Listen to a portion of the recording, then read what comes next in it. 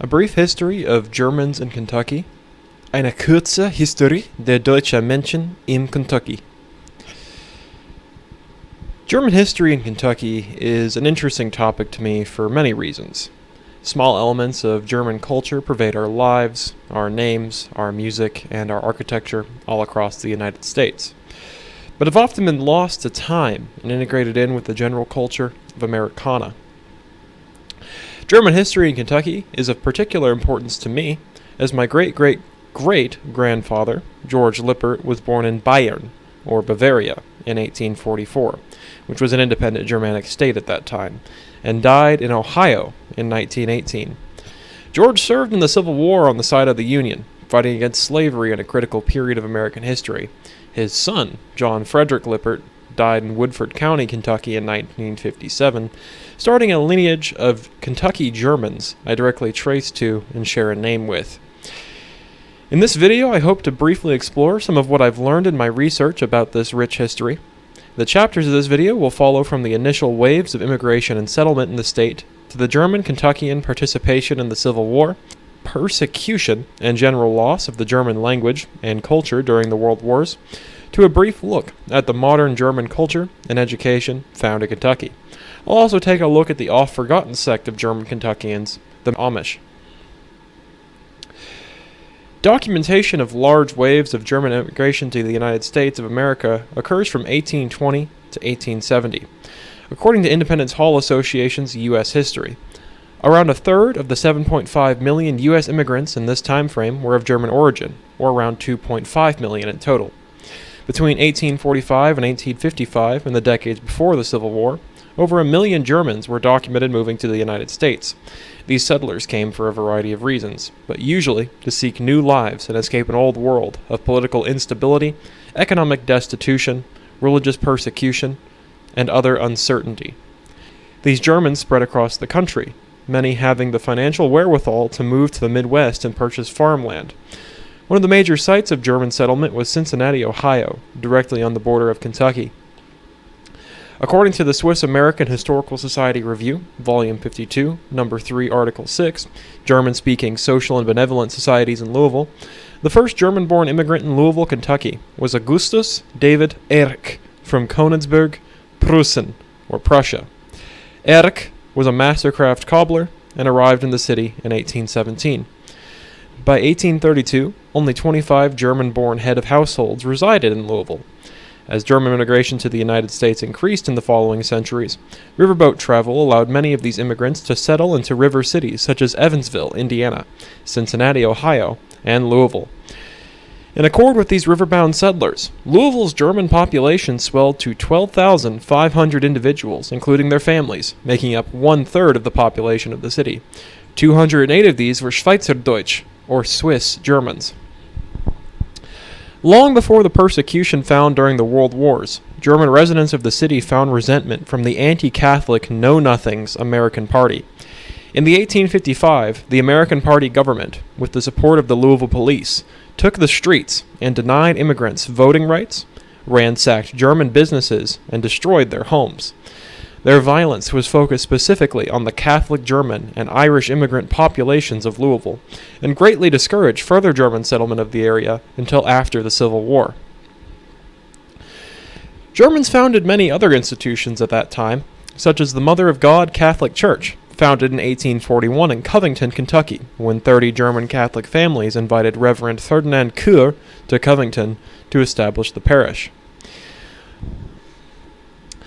One institution, founded in 1850 by 26 Swiss Germans in Louisville, was the Grütli Benevolent Society, which sought to strengthen the bonds of friendship and harmony among the Swiss people residing in Louisville and vicinity. They sought to lovingly remember the land of their forefathers' birth, to honorably represent their nationality, to arrange social meetings and festivities, and to help their fellow members in need. That society continues to this day, with society officers serving as pallbearers at member funerals. Today known as the Grütli Helvetia Society, it has about 120 members. Altenheim, a settlement in Lincoln County, was founded in 1880, remembered by the Kentucky Historical Society by marker number 955.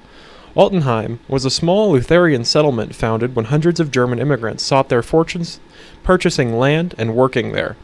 The Historical Society writes, "Today, Altenheim's Lutheran Emmanuel Church and its cemetery provide vivid reminders of an immigrant community who sought opportunity in the bluegrass state."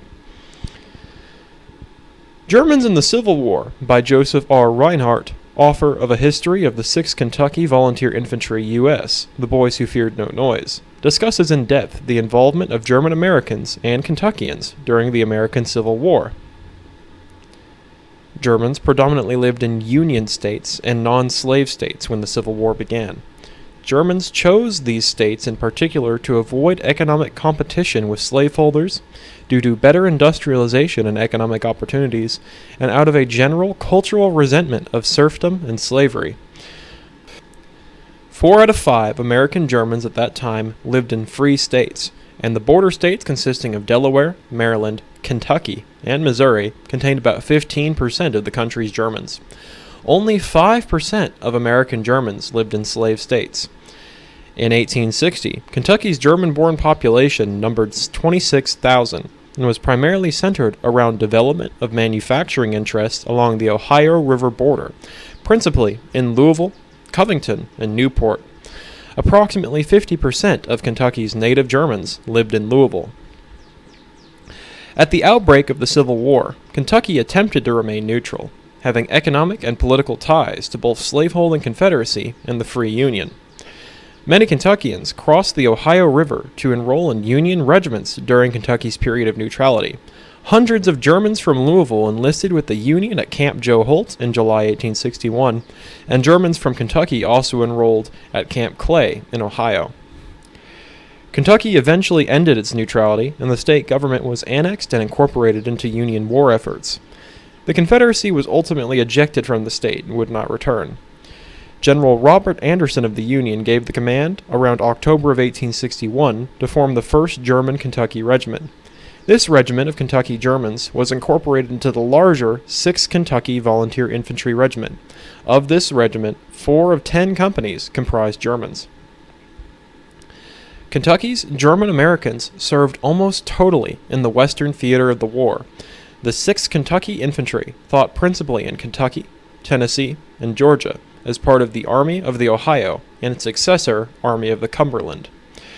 The Union was the victor of the Civil War, and along with it, the thousands of American Germans proved their value and commitment to American ideals of freedom and justice. German Americans fought hand in hand with all sorts of Americans in the conflict and ultimately assisted in the abolition of slavery through the war.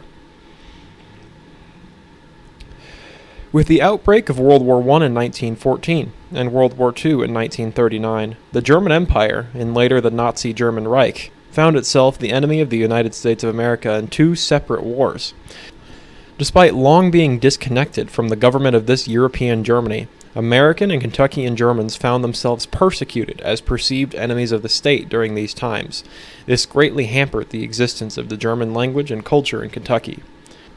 Persecution of the German language in Cincinnati, and the Ake Law in Ohio, 1917 to 1919, by Scott A. Merriman, examines this persecution during the First World War, in particular across the Ohio River in the neighboring city of Cincinnati.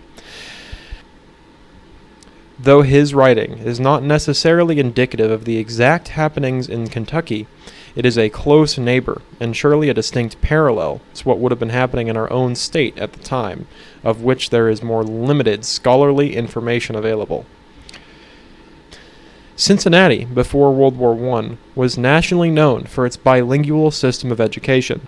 This system had begun in 1840, and all 47 white Cincinnati schools at the elementary and intermediate levels had German language instructional classes.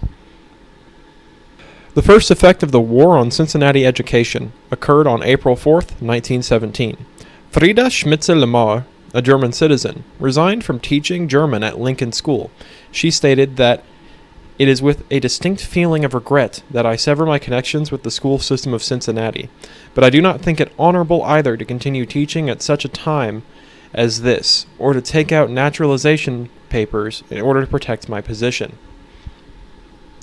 On April 1, 1919, Governor Cox urged the Ohio legislature to ban the teaching of German in all Ohio elementary schools, whether they be public, private, or parochial. He claimed that this teaching was a distinct menace to Americanism and part of a plot formed by the German government to make the school children loyal to it. This was successfully passed in Ohio through the Ake Law, which officially ended the teaching of German in Ohio public schools. Interestingly, the governor of Kentucky vetoed a similar law in 1918, which would have prohibited the teaching of German in institutions maintained by public funds. The governor was publicly denounced as a traitor and was seen as having betrayed the people of Kentucky, showing distinctly the absolute hatred towards German and its diaspora during the era of conflict. On the scale of the whole United States during the war, there was quite a bit of repression of the German language. Many cities banned the teaching or even speaking of German. Philadelphia, Pennsylvania, Newport, Kentucky, and Lafayette, Indiana all banned the teaching of German. Some places, including Sioux City, Iowa, conducted burnings of German books. Many cities changed things which were in German, including Cincinnati, who changed 12 street names that were of German origin. Many citizens who were of German origin changed their names, and most organizations with German names, who had the word German in their name, or who had German rituals, changed them. For example, the German National Bank in Cincinnati became the Lincoln National Bank. Another area in which the German language was repressed was through the banning of German language books from libraries. In Cincinnati, all German language books and magazines were removed. Overall, this was not a good time to be a German in Kentucky. Patriotic spirit overtook Kentucky and the United States during the war, and in pursuit to crush the enemies of the states, those on the local level were targeted who had any association with these German ideas. Across the nation and the state, fearful Germans, desperate to retain their jobs, their livelihoods, or even their very lives, did everything within their powers to hide their origins, disguise their cultures, and erase their pasts. Many families, including my own, lost their language and hid their history in this period. An often forgotten source of German heritage in Kentucky is the Amish, who have many communities throughout the state. The Amish are generally German or Dutch religious settlers found in America from the Mennonite and Anabaptist Protestant movements. Their relative separation from the rest of the American population has often retained a distinct culture and language that has survived this persecution. Pennsylvania Dutch, or really Pennsylvania Deutsch, German, is discussed by the University of Wisconsin Max-Kade Institute's German and American English Dialects project. They write, most Amish and Old Order Mennonites are of Swiss ancestry. Nearly all speak Pennsylvania Dutch, an American language that developed in rural areas of southeastern and central Pennsylvania during the 18th century. The Merriman government in Crittenden County, Kentucky, discusses Kentucky's own Amish communities. They write, the first sizable group of Amish arrived in Lancaster County in the 1720s. In 1824, they declared themselves separate from the home church in Europe. They further go on to talk about their own Amish community, comprising over 400 residents. The Amish people in Crittenden County have 4 local church districts. A church district is a group of about 30 families usually living close together. They talk briefly about aspects of Amish culture in Kentucky, such as following the Ordnung, or order, of discipline based on the Bible. The Amish are a plain, highly eclectic, and highly self-sufficient group of Kentuckians and Americans to this day. Their lifestyle is old-fashioned, hard-working, and highly religious. And most importantly, it is one of the last surviving artifacts of old German language and culture in modern day in America. Their specific ideology of reclusiveness and separation has created this incredible preservation of the old ways that can still be seen today. Their Pennsylvania Deutsch, too, is an interesting look at the evolution of language when it is separated from its homeland and mingled with English for hundreds of years. Today, German culture and education can be found in a few manners in Kentucky. Alongside the preservation of German Mennonite culture we discussed with the Amish culture found in Kentucky, there are several modern-day relics and revivals of German language and culture in Kentucky. Many German buildings can still be found in Louisville, in various states of maintenance. The Mother of God Catholic Church still operates in Covington to this day, though their services today are held in lay English and German is no longer used. Other church buildings, such as St. Peter's German Evangelical Church in Louisville, can still be seen today, but it has fallen into disuse and disrepair in the modern day.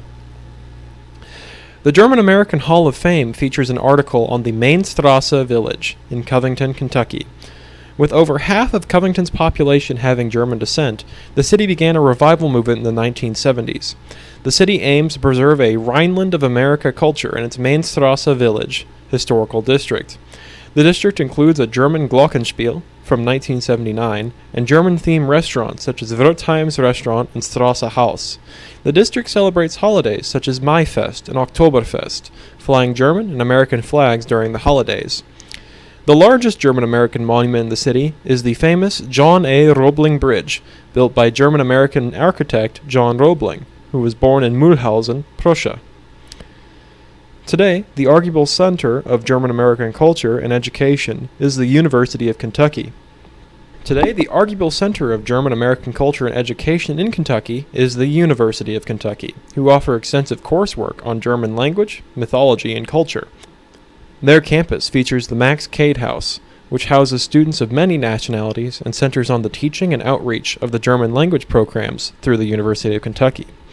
The Max-Kade-House website mentions that the official language of the residents of the house is German. The house also hosts numerous academic and extracurricular events, from Oktoberfest and German club meetings to guest lectures by visiting scholars and readings by German language authors. This concludes my brief history of Germans in Kentucky. I hope that this history has offered some insight into the diverse and powerful impact that German Americans played in the history of the state and the heritage they offer to us in the modern age. The history of German immigration in Kentucky is a captivating and significant aspect of the state's cultural heritage. Despite facing various challenges and prejudices, German immigrants in Kentucky persevered and made enduring contribution to the state's development. They brought with them a strong work ethic, a commitment to education, and a rich cultural heritage that has enriched the lives of all Kentuckians.